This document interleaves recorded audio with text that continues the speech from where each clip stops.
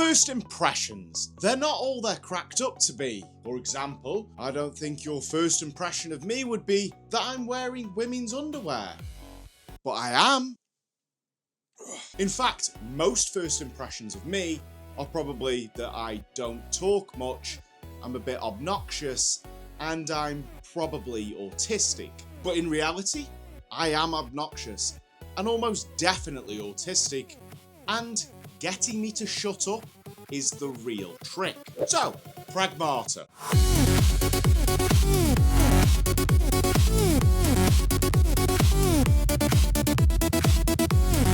A bad first impression that was never helped with subsequent impressions. The game was originally revealed way back in 2020, and even accounting for COVID-related delays, a eventual 2026 release is a long time. And that sort of development time does not promote a lot of confidence in a game. And its trailers did nothing to move me away from that impression. But they released a demo that I absolutely, most definitely was not going to play because, well, bad first impression, until I got this message from a friend. OMG, Pragmata is legit. Totes cool, bro. You should play it. The demo is rad. Total poggers. Lol. I have to say, with a review like that, how could I not download the demo? On the surface, Pragmata is little more than a generic sci-fi shooter with a dull, all clad in white, spacesuit wearing main character called Hugh. But there is one thing that goes against that, the android, childlike companion, Diana. Hugh handles the shooting and the movement, whilst Diana sort of stands in a harness / backpack thing. Wait, hold on.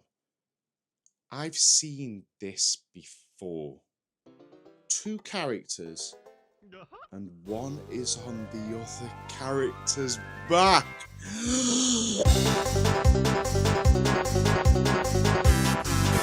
And like Kazooie, Diana does the real heavy lifting of the game. You see, the demo takes place on a lunar base, and wouldn't you just know it? Gosh darn, those damn clankers have gone rogue.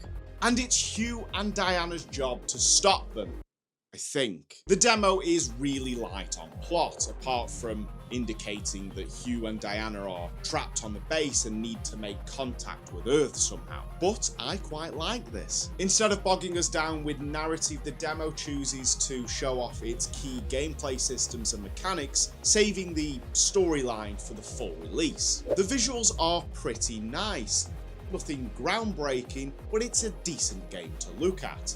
I of course played the Switch 2 version, so if you're playing on another platform, you probably will get more punch in the visual department. I would say it's a little too clean and its colour palettes are a little samey. However, the trailers have shown Earth-like levels or gameplay segments that shake up the visuals, so I can't judge the environments too harshly yet. But let's get back to the demo, and the gameplay is actually pretty damn good. You'd think the hacking would get in the way, that it would be an annoyance rather than a fun element, or at least that's what I thought. But it's really not.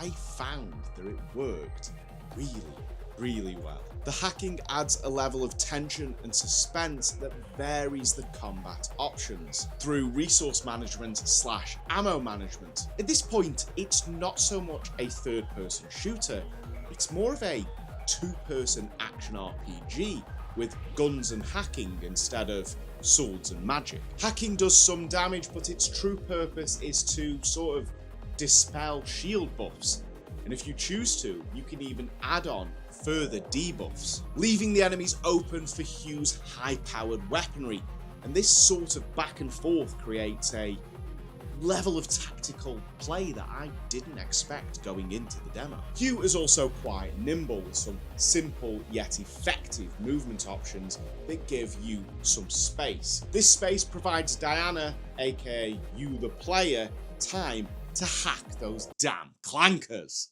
You can think of Diana as a sort of mage and Hugh as a physical attacker like a warrior or barbarian, but sci-fi and with guns. Speaking of weaponry, apart from Hugh's initial sidearm, all weaponry is disposable instead of reloadable. I'm not sure how this really differs from collecting ammo, as you can just pick up a new gun when you run out of ammo, just like picking up ammo. But these guns, just like hacking, aren't super straightforward. You see, they have different uses. For example, there is, of course, a shotgun-like weapon that does high damage at close range, but leaves you vulnerable if the hacks wear off. But there is also a weapon that fires an immobilizing field, and any clankers in that field will be stuck in position for you to create space, hack them again, or tear those clankers apart. If then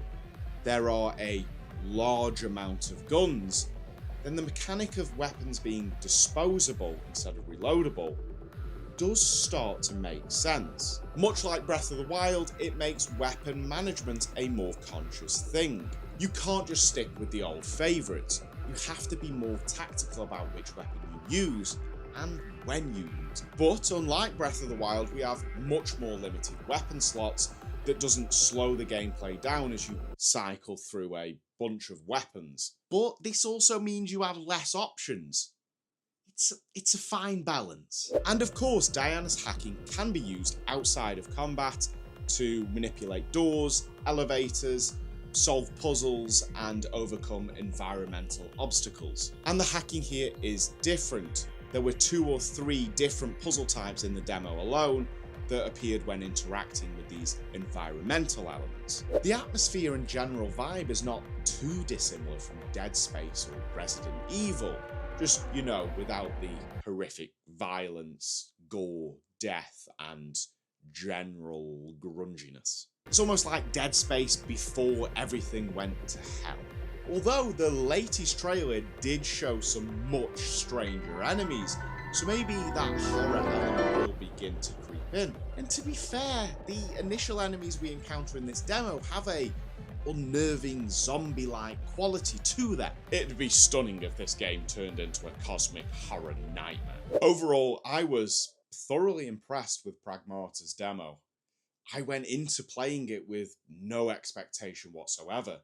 So to come out the other end, considering getting this game at launch, well, that's a pretty good demo. If you enjoyed this video, hit the thumbs up, and if you want to see more demo reviews, more general reviews, and of course, more Nintendo Switch 2 content, then hit subscribe, hit the bell, and I'll see you in the next one.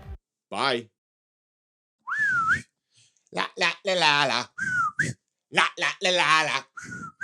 La la la la la. Wah. Ba da ba.